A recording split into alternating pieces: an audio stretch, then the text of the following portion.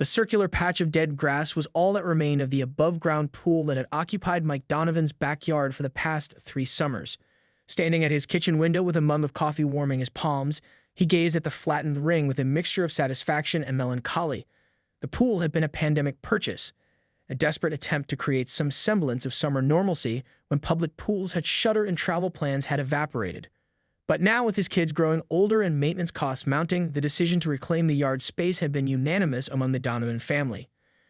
What Mike hadn't factored into his calculations was the reaction of Diane Keller from 2 doors down, known throughout Oak Ridge Estates as Karen behind her back, a nickname she had unwittingly earned through 3 years of homeowners association complaints, noise violation reports, and unsolicited feedback on everything from holiday decorations to garbage placement. The doorbell rang with such persistence that Mike nearly spilled his coffee. He set the mug down with a sigh and headed for the front door, already having a sinking feeling about who might be standing on his porch at 8:30 on a Saturday morning. "Good morning, Diane," Mike said, forcing politeness into his voice as he opened the door to find his neighbor in her trademark yoga pants and designer sunglasses perched atop her highlighted bob. Her arms were crossed tightly over her chest, and her foot tapped an impatient rhythm on his welcome mat. "Is it true?" Diane demanded without preamble. "Hannah told my Sophie that you've taken down your pool." Her tone suggested Mike had committed some grievous neighborhood offense rather than simply dismantled his own property. Mike blinked, momentarily confused by both the question and the intensity with which it was delivered. Yes.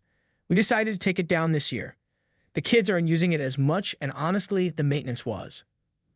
"Do you have any idea what this means?" Diane cut him off, her voice rising an octave. "My Sophie and 3 other neighborhood children take swimming lessons every Wednesday with your Hannah. Their mothers and I have a standing coffee date during those lessons. We've been doing this for 2 summers. Mike opened his mouth and closed it again. He hadn't realized his teenage daughter's informal swimming sessions with the younger neighborhood kids had become some sort of sacred ritual for the mothers of Oak Ridge Estates. "I'm sorry, Diane, but Hannah didn't mention anything about wanting to continue giving lessons. She's starting her lifeguard job at the community center next week, and the community center is 15 minutes away," Diane interrupted again, stepping closer to the threshold. "Do you know what that means for our schedule? We'd have to leave 20 minutes earlier, which means rearranging Sophie's violin practice, which means rescheduling my Pilates class." A movement in his peripheral vision caught Mike's attention, his wife Laura appearing in the hallway behind him, her expression shifting from curiosity to recognition to "oh no, not again" in the span of 3 seconds. "Good morning, Diane," Laura said, stepping up beside Mike. "Is everything okay?" "No. Everything is not okay," Diane replied, her voice quivering with what appeared to be genuine distress. "Your husband has single-handedly disrupted the summer routines of at least 4 families without so much as a courtesy notice." Mike exchanged a bewildered glance with Laura. They had mentioned taking down the pool of a neighborhood barbecue last month. Several neighbors had even offered to help, grateful that the late-night teenage pool parties would no longer echo through the otherwise quiet subdivision. "Perhaps we should discuss this later," Laura suggested diplomatically. "We weren't aware of any standing arrangements with the pool. If Hannah wants to continue lessons, maybe we could work something out at the community center." Diane's face flushed a deeper shade of red. "This isn't just about swimming lessons. It's about consideration. Community. Consultation before making decisions that affect others." As Diane launched into a tirade about neighborhood values and mutual respect, Mike couldn't help but notice a small gathering of curious onlookers forming across the street. His next-door neighbor Rob caught his eye and gave him a sympathetic grimace. Little did Mike know this was only the beginning of what would become known throughout Oak Ridge Estates as the pool incident, a suburban saga that would test friendships, expose long-simmering tensions, and ultimately change the social landscape of their peaceful cul-de-sac forever. By Monday afternoon, Mike had almost convinced himself that the confrontation with Diane had been a one-off incident, an overreaction that would fizzle out once she found a new summer routine for her daughter. He was wrong. Mike was just finishing up a Zoom call in his home office when Laura appeared in the doorway, her expression tight.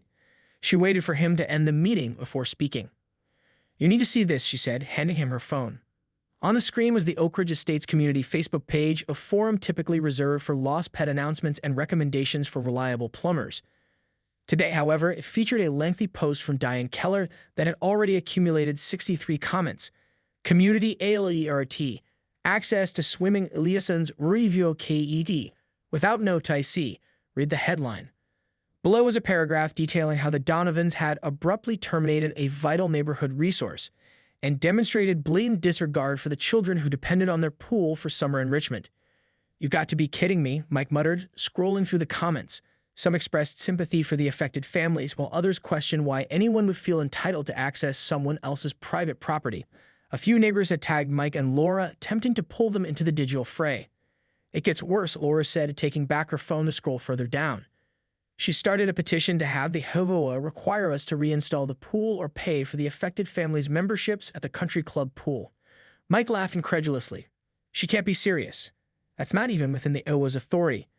"Tell that to the 26 people who have already signed it," Laura replied, showing him the growing list of names, some of which belonged to neighbors they considered friends. That evening, the Donovans' doorbell rang again. This time, it was Rob and Melissa from next door, bearing a bottle of wine and sympathetic expressions.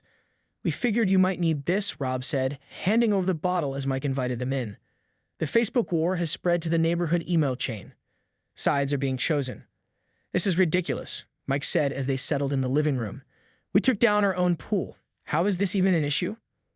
Melissa exchanged a glance with Rob before answering. "It's not just about the pool anymore. Diane has somehow turned this into a referendum on neighborhood values. According to her faction, you violated some unwritten social contract." "Her faction?" Laura echoed. "There are factions now?" Rob nodded grimly. "Teen pool and teen property rights. The annual block party planning committee has already split along these lines. Janet Henderson resigned as treasurer this morning after a heated argument about whether the Donovans should be allowed to contribute their usual potato salad." Mike pinched the bridge of his nose. "Our potato salad has been banned." "Not banned," Melissa clarified, "but apparently acceptance of the potato salad would constitute tacit approval of your community-destroying actions." She used air quotes and an eye roll to indicate the absurdity. The conversation was interrupted by the sound of a car door slamming outside. Through the front window, they could see Hannah, the Donovans' 16-year-old daughter, storming up the driveway, her face flushed with anger. "You won't believe what just happened," she announced as she burst through the door. "Mrs. Keller cornered me at the community center after my lifeguard orientation. She tried to guilt me into agreeing that we should rebuild the pool. She said, and I quote, 'Don't you care about little Sophie's development?' She was just starting to master the backstroke." Mike and Laura exchanged alarmed glances. Involving their daughter directly crossed a line. "That's it," Mike said, standing up. "This has gone far enough. I'm going to talk to Diane tomorrow and put an end to this madness."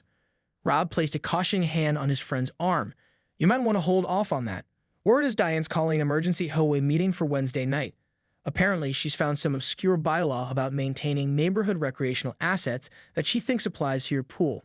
"That's absurd," Laura protested. "The bylaw is about the community playground and tennis courts, not private pools." "Logic doesn't seem to be winning the day here," Melissa pointed out. "But you should know you have allies. Not everyone thinks your family should be forced to maintain a private swimming facility for the neighborhood's convenience." As their friends left an hour later, Mike and Laura stood in their doorway, watching as a car slowed while passing their house.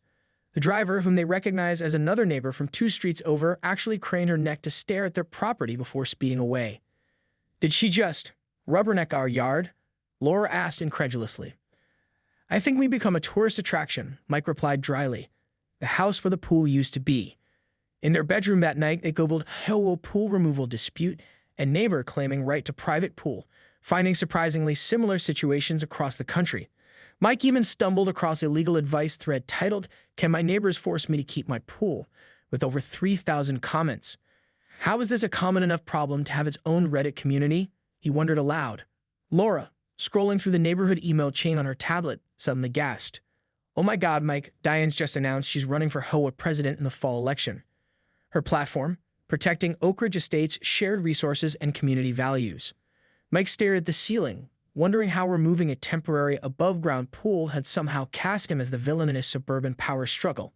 As he drifted off to sleep, he couldn't shake the feeling that Diane Keller was just getting started and that Wednesday's HOA meeting would be one for the Oak Ridge Estate's history books. The Oak Ridge Estate's Community Center had never seen such attendance for an HOA meeting.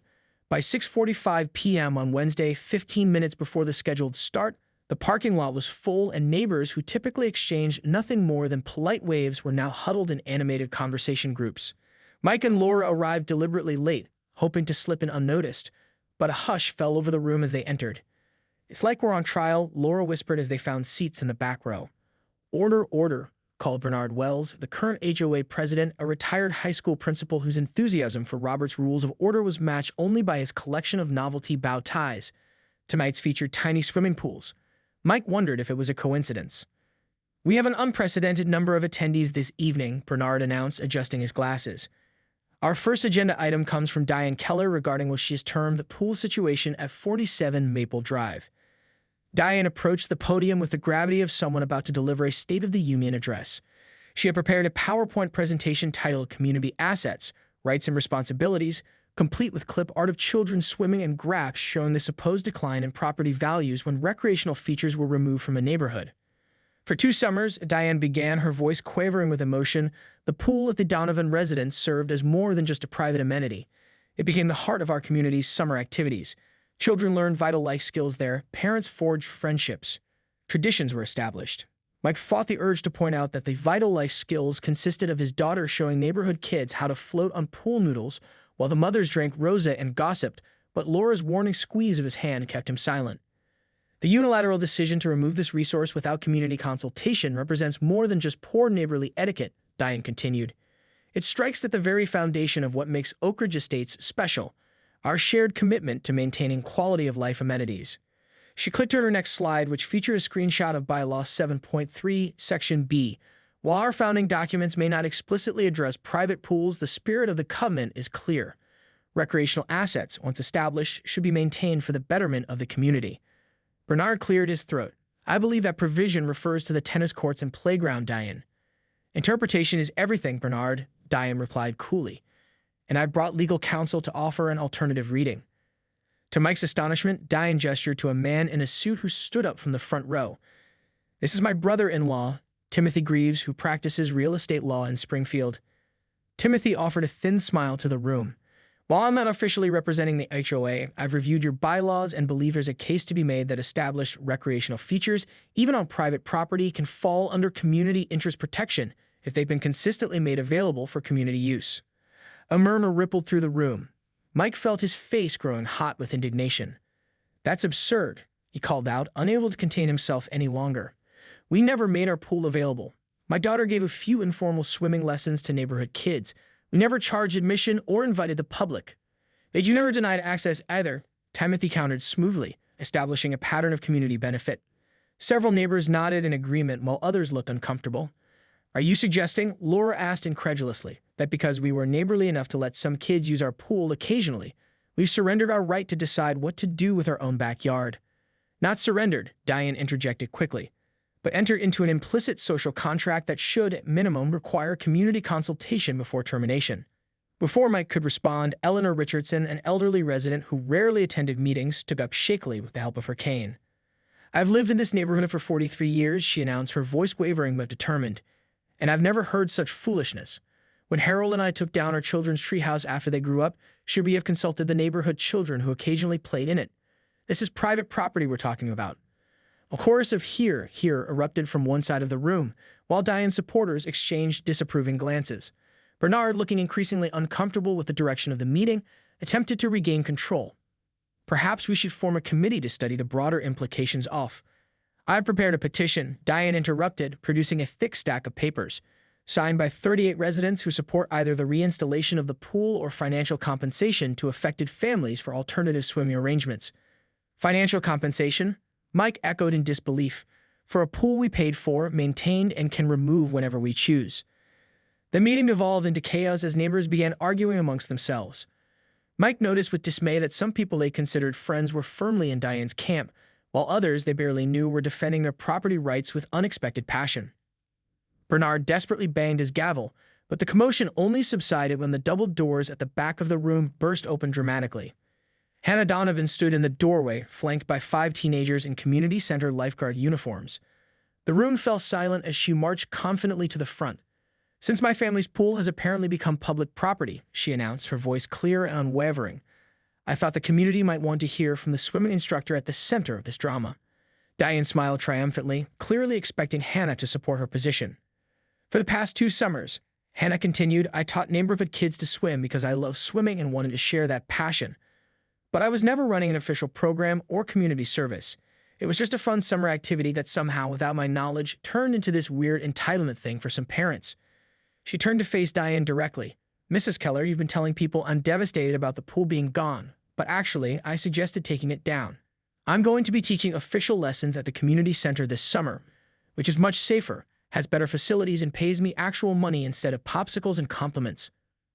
A ripple of surprised laughter spread through the audience. Furthermore, Hannah added, gesturing to her fellow lifeguards, "We've arranged for a special discount for Oak Ridge Estates residents for the summer program. So instead of fighting over a 12-foot inflatable pool in my backyard, your kids can learn from certified instructors in an Olympic-sized pool with proper safety equipment." The room erupted again, but this time with a different energy. Parents were approaching Hannah and her colleagues asking about registration details. Renard was trying to restore order to complete the meeting's agenda, and Diane stood at the podium, her PowerPoint frozen on the slide showing sad-faced cartoon children, her expression cycling through confusion, anger, and the dawning realization that the narrative was rapidly slipping from her control. As Mike and Laura watched their daughter confidently handling questions from the crowd, Mike leaned over and whispered, "I think we just got saved by the cavalry." Hannah always could swim circles around everyone else, Laura replied with a proud smile, but her expression sobered as she nodded toward Diane, who was now huddled with her brother-in-law and several devoted supporters. Though something tells me this battle isn't quite over yet. The following weekend arrived with an uneasy calm settling over Oak Ridge Estates. The Donovans cautiously hoped that Hannah's community center solution had diffused the situation. Several neighbors had even stopped by to apologize for getting caught up in the drama, with one family bringing an actual olive branch from their garden along with a bottle of wine. Mike was in the garage organizing his tools on Saturday morning when Rob appeared in the driveway.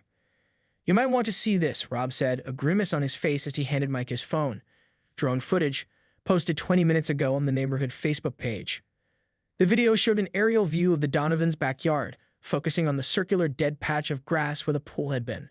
The camera zoomed in dramatically as text appeared on screen. BFORE, a community gathering place, followed by a split screen showing a stock photo of happy children splashing in a pool. The melodramatic soundtrack made it seem like a documentary about environmental devastation. "Is this legal?" Mike asked, watching as the drone swooped lower to capture different angles of his yard. "She filmed our property without permission." "Technically, airspace above a certain height isn't considered private," Rob replied. "Diane's brother-in-law, the lawyer, probably told her exactly how high to fly it." Mike scrolled through the comments, which ranged from outrage at the invasion of privacy to supporters praising Diane for exposing the truth. One comment made his stomach drop. "Notice how they've made no effort to restore the damaged lawn. Property values in the entire cul-de-sac are at risk." As if the video wasn't enough, Diane had announced a community pool remembrance picnic to be held at the neighborhood park that afternoon. The event description included phrases like healing community divisions and brainstorming solutions for summer aquatic access, but the subtext was clear. The pool battle was far from over. "Laura needs to see this," Mike muttered, heading inside to find his wife. He found her in the kitchen with Hannah, both staring at their phones with identical expressions of disbelief. "Have you seen the drone video?" he asked. "Yes, and the picnic announcement, but that's not all," Laura replied, showing him her screen. Diane started a GoFundMe campaign to restore the Oak Ridge Oasis. "She's trying to raise $8,000 to install a new pool in our yard." "She can't do that," Hannah exclaimed. "You can't force someone to build a pool they don't want." Mike read the campaign description with growing incredulity. The Donovan family sadly lacks the resources to maintain the beloved community pool that brought so much joy to Oak Ridge Estates children. "Let's come together as neighbors to restore this vital summer resource." "She's making it sound like we're destitute," Mike sputtered, and completely ignoring the fact that we purposely removed the pool, not that we sadly couldn't afford it.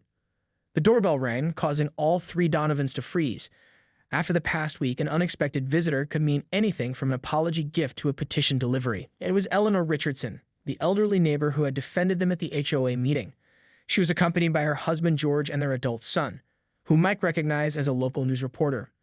"We thought you should know," Eleanor said without preamble as Mike invited them in, "that Diane has contacted the local paper about doing a human interest story on the neighborhood pool controversy. Fortunately, our son David works at the Gazette and gave us a heads up." David nodded grimly. "She's spinning quite a tale, underprivileged children losing access to swimming lessons, property values plummeting, community spirit in jeopardy. My editor was ready to run with it until I explained what's really happening." "Which is neighborhood harassment," George added firmly. "Eleanor and I have lived here since before Diane was born. We've watched Oak Ridge Estates change from a place where neighbors respected each other's privacy to whatever this social media circus is. The thing is," David continued, "there might actually be a story here, just not the one Diane once told. Would you be willing to go on record about what's been happening? The drone surveillance alone raises serious privacy concerns that other homeowners should be aware of." Mike and Laura exchanged glances, silently debating whether media involvement would escalate or resolve the situation. Before you decide, Eleanor added, "You should know that Diane's picnic isn't just a social event. She's invited a representative from Splashy Time Pools to present installation options and costs. She's essentially holding a planning meeting for your yard without you." Laura's patience visibly snapped. "That's it. David, tell us what you need for your story. This has gone beyond ridiculous." While Laura spoke with David in the living room, Mike's phone buzzed with a text from an unfamiliar number. It was a photo of the park where several tables had been decorated with blue and white balloons. A banner read, "Save our summer. Restore the pool." At least 20 neighbors were gathered with Diane at the center next to a presentation easel. The text message read, "Thought you should see this. She's collecting addresses for a formal petition to the county about hazardous landscape conditions at your property. Janet from HOA Board." Mike showed the message to Hannah, whose eyes widened. "Hazardous landscape conditions? It's just a circle of dead grass, which we were planning to reseed this weekend before all this started," Mike said wearily. Hannah's expression suddenly shifted from outrage to thoughtfulness. "Dad, what if we did something completely different with that space? Something even better than a pool." "Like what?" A slow smile spread across Hannah's face. "Something that would be good for the community, good for the environment, and impossible for even Diane to object to without looking like a total villain." By the time Laura finished her interview with David, Hannah had pulled up dozens of images on her tablet and was excitedly outlining her plan. For the first time since the drone had appeared over their property that morning, Mike felt a glimmer of hope. That evening, as news of the Gazette interview spread through the neighborhood grapevine, the Donovans' doorbell rang yet again. This time it was Bernard Wells, the HOA president, looking distinctly uncomfortable in casual weekend attire without his signature bow tie. "I've come unofficially," he explained as Mike invited him in. "The board is concerned about potential liability issues with Diane's campaign. Using HOA letterhead on her flyers implies official." Sunday morning dawned bright and clear, perfect weather for the Donovans' counteroffensive. By 7 a.m., their driveway was filled with vehicles. Rob's pickup truck loaded with supplies, 2 cars belonging to Hannah's lifeguard friends, and a van from Green Horizons Landscaping, whose owner was a parent of one of Hannah's swimming students. "Operation Backyard Transformation is officially underway," Mike announced, handing out coffee to the assembled volunteers. The group included not just immediate neighbors, but several families whose children had signed up for Hannah's community center swimming lessons, grateful for her solution to the summer swimming dilemma. Laura unrolled large design plans across the patio table. "Everyone clear on the game plan? We need to complete this before Diane's scheduled property value assessment at 2 o'clock. Word had reached them through the neighborhood grapevine that Diane had arranged for a real estate appraiser, conveniently another relative, to document how the Donovans' eyesore was affecting surrounding property values. The Donovans had decided that instead of fighting the surveillance, they would give Diane and her supporters something unexpected to see. The work began immediately, with teams tackling different areas of the project. The circular dead patch, Diane's primary evidence of neglect, was the center of activity. Hannah coordinated the younger volunteers, many of them former pool users now invested in creating something new. By mid-morning, curious neighbors began to gather on the sidewalk. Some came with casseroles and refreshments for the workers, others simply watched with interest. The Donovans welcomed everyone to observe, creating a festive atmosphere that felt more like a community barn-raising than a defensive action. Around 11, a familiar BMW slowed to a crawl in front of the house. Diane Keller sat behind the wheel, sunglasses pushed up on her head, mouth slightly agape as she took in the scene of productive activity.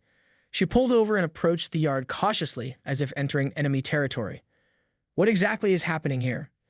she demanded, addressing no one in particular as her eyes darted from the landscaping plans to the partially completed project. Mike straightened up from where he'd been laying flagstones and approached the fence. "Good morning, Diane. We're creating a monarch butterfly sanctuary and native plant garden. Hannah's idea, actually." Hannah stepped forward, clipboard in hand and soil smudged across her cheek. "My environmental science teacher helped with the design. It's going to be part of my senior project on ecological restoration in suburban spaces." She spoke with such earnest enthusiasm that several onlookers nodded appreciatively. But Diane seemed momentarily at a loss for words. "The pool space is perfect for this," Laura interjected smoothly, joining them with a tray of lemonade. "The disturbed soil actually makes it easier to establish the native plants that monarch caterpillars need. We're creating something that will benefit the whole ecosystem." "And the neighborhood," added Eleanor Richardson, who had arrived with a flat of milkweed seedlings. "Did you know Oak Ridge Estates could be certified as a monarch way station? It would be mentioned in conservation publications nationwide." Diane blinked rapidly, visibly recalculating her position. Several of her most vocal supporters were now among the volunteers, enticed by the community aspect of the project and the positive publicity it promised for the neighborhood. Well, she finally managed. This is certainly unexpected. Would you like to help? Hannah asked, offering Diane a pair of gardening gloves. We're creating a seating area here, where people can watch the butterflies. We're even installing a small educational sign explaining the monarch life cycle and migration patterns. The strategic brilliance of the plan was becoming clear to everyone watching. Diane could hardly object to an environmental education project without seeming petty and anti-conservation. The hazardous condition complaint was neutralized by the active improvement of the space, and the community resource argument was addressed by creating something that benefited everyone, including the pollinators essential to the neighborhood's gardens, without requiring the Donovans to maintain an expensive private recreational facility. I have other commitments this morning, Diane said stiffly, but I'll be interested to see the finished project. As she retreated to her car, Mike overheard one of Diane's former pool allies saying, "Actually, this is much better for my kids than the pool. Chloe's been studying butterflies in school, and this will be like a living classroom right in the neighborhood." By 1:30, the transformation was nearly complete. What had been a dead circle of grass that morning was now a beautifully designed butterfly garden, complete with native flowering plants, carefully placed rocks, a small winding path, and a handcrafted bench. A decorative sign read, "Oak Ridge Estates Monarch Way Station number 12,587, hosted by the Donovan family." David from the Gazette arrived to photograph the finished project for his article, which had evolved from an expose on neighborhood harassment to a positive story about community transformation and environmental stewardship. Several local environmental groups had already reached out after seeing social media posts about the project, offering resources and support. At precisely 2 o'clock, Diane's real estate appraiser cousin arrived, looking confused as he found not an eyesore but a gathering of admiring neighbors celebrating the new garden. Cameras clicked and social media posts multiplied as butterflies, as if on cue, began visiting the newly planted flowers. The Oak Ridge Estates HOA newsletter, typically a dry document noting garbage collection changes and reminders about lawn height regulations, featured the butterfly garden on its cover the following month. Renard Wells wrote a glowing article about community-minded improvements that enhance property values while supporting wildlife conservation, accompanied by a photo of Hannah explaining monarch migration to a group of neighborhood children. The pool incident, as it came to be known, gradually transformed in neighborhood lore from a story of conflict to one of positive change. The annual block party that summer was held on the Donovan Street, with the butterfly garden serving as the natural gathering point. Even Diane eventually found a way to save face by becoming unexpectedly passionate about butterfly conservation, volunteering to start a similar project at the neighborhood park. One evening in late August, Mike and Laura sat on their patio, watching lightning bugs rise from the garden as the day faded into dusk. "Do you miss the pool?" Laura asked, sipping a glass of wine. Mike considered the question, looking at the thriving space that had replaced the temporary above-ground pool. The garden hummed with life, not just butterflies, but bees, hummingbirds, and a host of other creatures that had discovered this small oasis.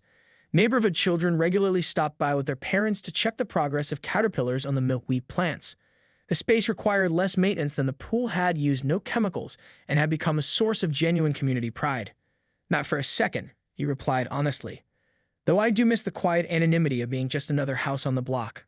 Laura laughed. "That ship has sailed. Renard asked me yesterday if we consider heading the Neighborhood Beautification Committee next year." "God help us," Mike groaned. He was smiling. "What did you tell him?"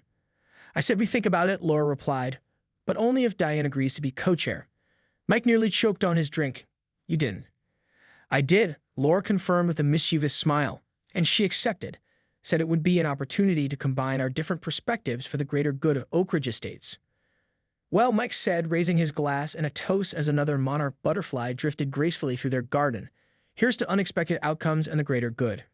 Across the street, Diane Keller watched from her window as the Donovans clinked glasses. With a sigh, she closed the brochure for premium backyard pools that she'd been considering since spring and instead opened her laptop to research native plant landscaping. If the butterfly garden competition was on, she intended to win. In Oak Ridge Estates, like suburban neighborhoods everywhere,